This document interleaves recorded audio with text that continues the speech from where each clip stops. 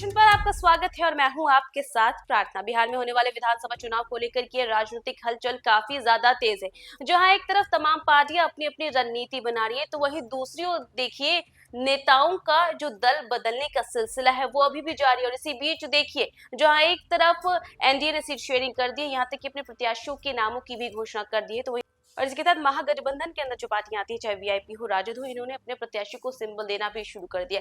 लेकिन इसी बीच देखिए बिहार विधानसभा चुनाव से पहले ही मुकेश सहनी को बड़ा झटका लगा है।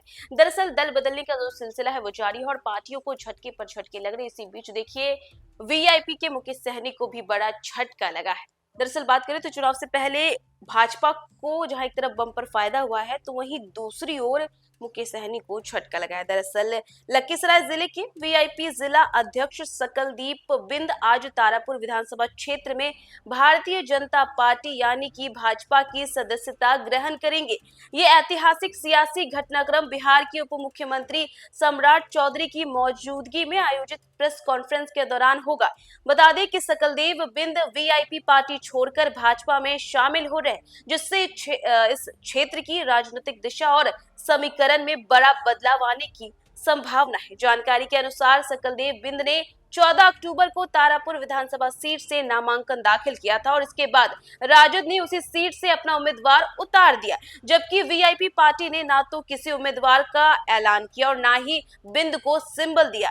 इस उपेक्षा और अनदेखी से आहत होकर सकलदेव बिंद ने वीआईपी पार्टी से दूरी बना ली है। और देखिए सकलदेव बिंद वीआईपी के पुराने सहयोगियों में से रहे हैं और पार्टी के गठन के समय से ही गठन को मजबूती देने में उनकी महत्वपूर्ण भूमिका रही है। इसी के साथ सकलदेव बिंद वीआईपी के पुराने सहयोगियों में से रहे और पार्टी के गठन के समय से ही संगठन को मजबूती देने में उनकी महत्वपूर्ण भूमिका रही। लेकिन लगातार नजरअंदाजगी और टिकट न मिलने की वजह से उन्होंने वीआईपी पार्टी को अलविदा कहने का मन बना लिया है। भाजपा में शामिल होने के बाद उन्हें चुनाव के बाद विधान परिषद सदस्य बनाए जाने का आश्वासन भी मिला है। बात करें तो राजनीतिक विश्लेषकों का कहना है कि सकलदेव बिंद का अपनी जाति और समुदाय में गहरा जनाधार है। उनके भाजपा में शामिल होने से न सिर्फ तारापुर बल्कि लखीसराय विधानसभा क्षेत्र में भाजपा को स्थानीय स्तर पर मजबूती मिलेगी और इससे उप मुख्यमंत्री विजय कुमार सिन्हा और सम्राट चौधरी की स्थिति भी मजबूत होगी। बात करें तो राजनीतिक विश्लेषकों का कहना है कि भाजपा नेतृत्व ने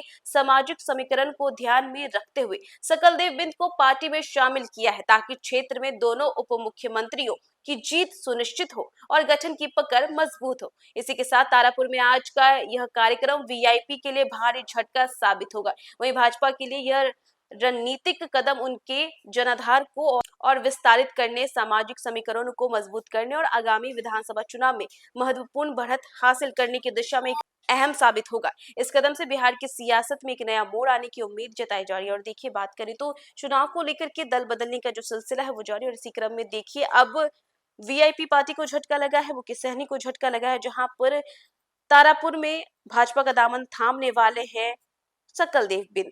तो देखा आपने कि सकलदेव बिंद अब वीआईपी का साथ छोड़ने वाले, लंबे समय से वो वीआईपी के साथ थे और अब वो भाजपा का दामन थामेंगे। इसी के साथ साथ देखिए बात करें तो इससे दोनों ही उप मुख्यमंत्री को काफी ज्यादा मजबूती मिलेगी। और इसी के साथ साथ देखिए जहां एक तरफ विधानसभा चुनाव को लेकर के रणनीतियां बनाई जा रही है पार्टी की तरफ से, तो वहीं दूसरी ओर दल बदलने का सिलसिला अभी भी नहीं रुका है। तो फिलहाल इस खबर में बस इतना ही। न्यूज़ फॉर नेशन पे खबरों का सिलसिला जारी रहेगा। तब तक के लिए नमस्कार। सूरज की पहली किरण के साथ जाग उठा बिहार, हर मत बने नई उम्मीद, हर कदम जिम्मेदारी।